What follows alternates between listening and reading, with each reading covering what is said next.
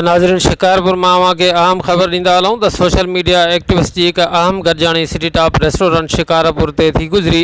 गॾिजाणी में शिकारपुर न्यूज़ जे CEO वसीम संजराणी, सचाई न्यूज़ जे CEO commando Panwar, Sindhri news जे CEO रहीम लाड़िक, मेहरान न्यूज़ जे CEO ज़ख़्मी रशीद महर ऐं ॿियनि शिरकत कई। इजलास में फ़ैसिलो कयो वियो त ज़िले शिकारपुर सां लाॻापियल फेसबुक ऐं यूट्यूब ते सहाफ़ती सरगर्मियूं कंदड़ सोशल मीडिया एक्टिविस्ट जी हिकु यूनियन ठाही वेंदी।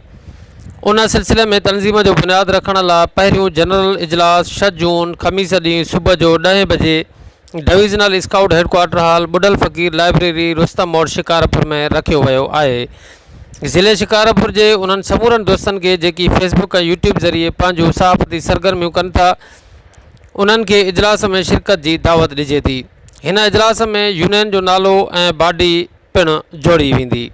जी नाज़रीन, अवांखे ॿुधाईंदा हलूं त सोशल मीडिया एक्टिविस्ट जी हिकु अहम गॾिजाणी सिटी टॉप रेस्टोरेंट शिकारपुर ते थी आहे, जंहिंमें सिंधड़ी न्यूज़ जे CEO रहीम लाड़िक, शिकारपुर न्यूज़ जे CEO वसीम संजराणी, सचाई न्यूज़ जे CEO कमांडो पंवार ऐं मेहरान न्यूज़ जे CEO ज़ख़्मी रशीद महर शिरकत कई आहे।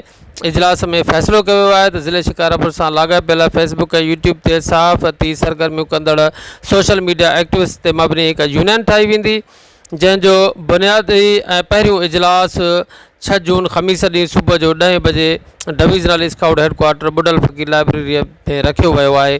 ज़िले शिकारपुर जे समूरनि उन्हनि दोस्तनि खे जेकी फेसबुक ऐं यूट्यूब ज़रिए पंहिंजूं सहाफ़ती सरगर्मियूं जारी रखियूं वेठा आहिनि, उन्हनि खे हिन इजलास में शिरकत जी कोठ ॾिजे थी।